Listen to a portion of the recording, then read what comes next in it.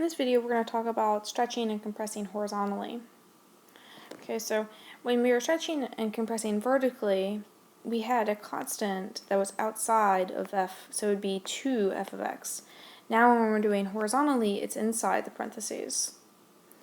Okay, so if I were to rewrite this g of x, this is the same thing as, so I'm going to plug in 2x everywhere I see x and f of x. So it'll be 2x, and then that will be squared. Same thing for h of x, half of x squared. Alright, so now let's go ahead and finish out this table. So when for g of x, if I plug in negative 2 times 2, 4 squared, which is 16. Then I'll have negative 2 squared, which is 4, 0 squared, which is 0, 4, and then 16 again. And then if I were to do for h of x, if I were to plug in 1/2, or 1/2 x, so if I were to plug in negative 2, so that'd be negative 2 times 1/2, which is negative 1, and then that squared is 1. If I were to plug in negative 1, that'd be negative 1 times 1/2, and then negative 1/2 squared, which is 1/4. Okay, and then I continue like that. Alright, so let's go ahead and graph these guys. So my function for f of x, let's graph that one first. So let's see, here, here, and then there, okay? So there's my parabola f of x. Alright, so now let's plug in for g of x. So I'm going to start with this negative 1, 4, because my y-axis doesn't go all up to 16. So negative 1 and then 4 is here. And then 0, 0, and then 1 and 4. Okay, we can still get an idea for the shape of the parabola. Okay, so what you're seeing is a vertical, or not vertical, a horizontal. So horizontally, we are being compressed. Okay, see, horizontally, we're going in, which is like being compressed. So from the original f of x, we're going inwards, so we're being compressed horizontally. So this is g of x. So g of x is a horizontal compression. Horizontal compression. Okay? And, to get a point on g of x, what you could do is you could take a point that's on f of x. So for example, the point negative 2, 4. Okay, so if you were to take this point here, let me write that, negative 2, 4. And then if you were to multiply the x term by 1 over whatever is the number in front of this number out front here, and being multiplied by x. So 1 over that, so that would be 1 over 2 times 2, which is negative 1. So negative 1, and then you keep the 4 alone, so that would be negative 1, 4. Okay, so that's how you get the compression. Okay, I'll formalize that in the next slide. I'll talk more about it. Alright, so now let's do h of x. So h of x, okay, so I have negative 2 and then 1. And then 1 and 1/4, negative 1 and 1/4. 1 and 1/4, I have 0, 0, obviously. And then 2 and 1. Okay. Okay, so this is a horizontal stretch. So from f of x, I'm horizontally being stretched out, thin, right? So this is called the horizontal stretch. Stretch. And to get a point, so say this point here, if you were to get this point here from this point corresponding here, so this is 1, negative 1, or negative 1, 1 actually, negative 1, 1. What we would do is we would multiply the x coordinate by 1 over this negative, or this 1/2, right? Same thing we did for the horizontal compression. So 1 over 1/2 is 2, so that's how you get the negative 2 1. So this gets mapped out to there.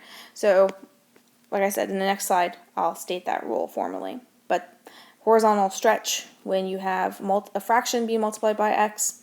Horizontal compression, when you have a non-fraction being multiplied by x. Okay, so this is the rule that I basically was just describing. So if you have f of b times x, so b is just any constant, and if b is not a fraction, then you have horizontal compression. Okay, and then if it is a fraction, then you have a horizontal stretch. And the way that, if you had points of f of x, the way you would get the transformed points is you would say 1 over b times x. So you take basically flip whatever b is, and then the y coordinate would say the same. So let's do a few examples. Okay, so this g of x here, we can recognize that this is the same as f times 2x. Right? If I were to plug in 2x, then I would get g of x. If I were to plug in 2x in for f of x, then I would get g of x. Okay, so now b equals 2 basically, and b is greater than 1. So this is a horizontal compression. Horizontal compression. All right, if I were to graph it, we would say horizontal compression, you would say, by a factor of 2. Okay, and then if I were to graph it,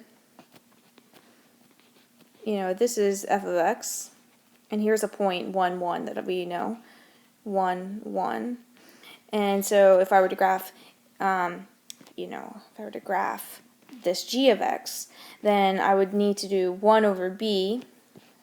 So I would have 1 over b, so b is 2, whatever the previous point of x was, so I'm doing the 1, 1 point.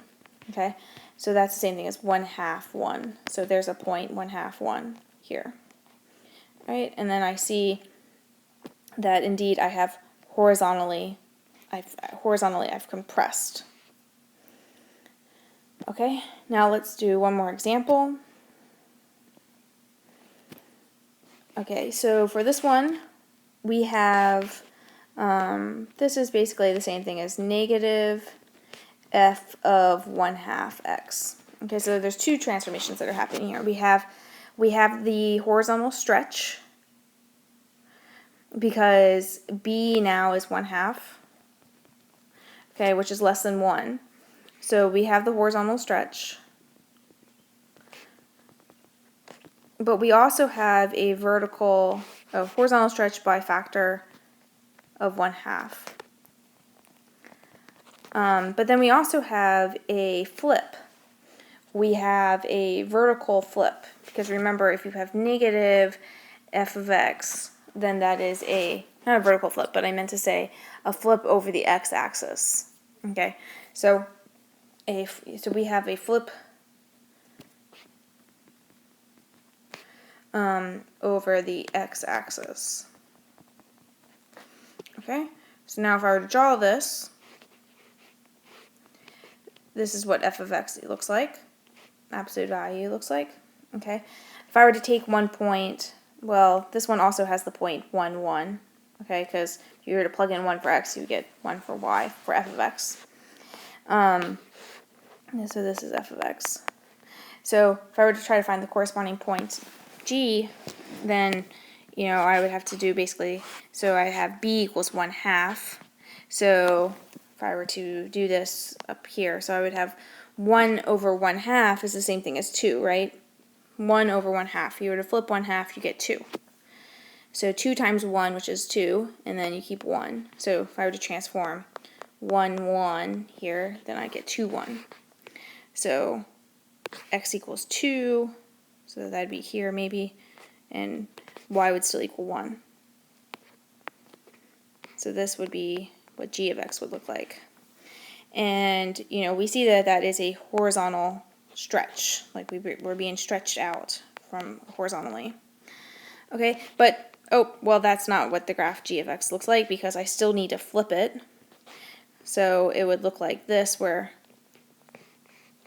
where if this is 2, then this is 1, -1. Okay, so I'm still going through those points. -2, -1. Okay, so this would be g of x.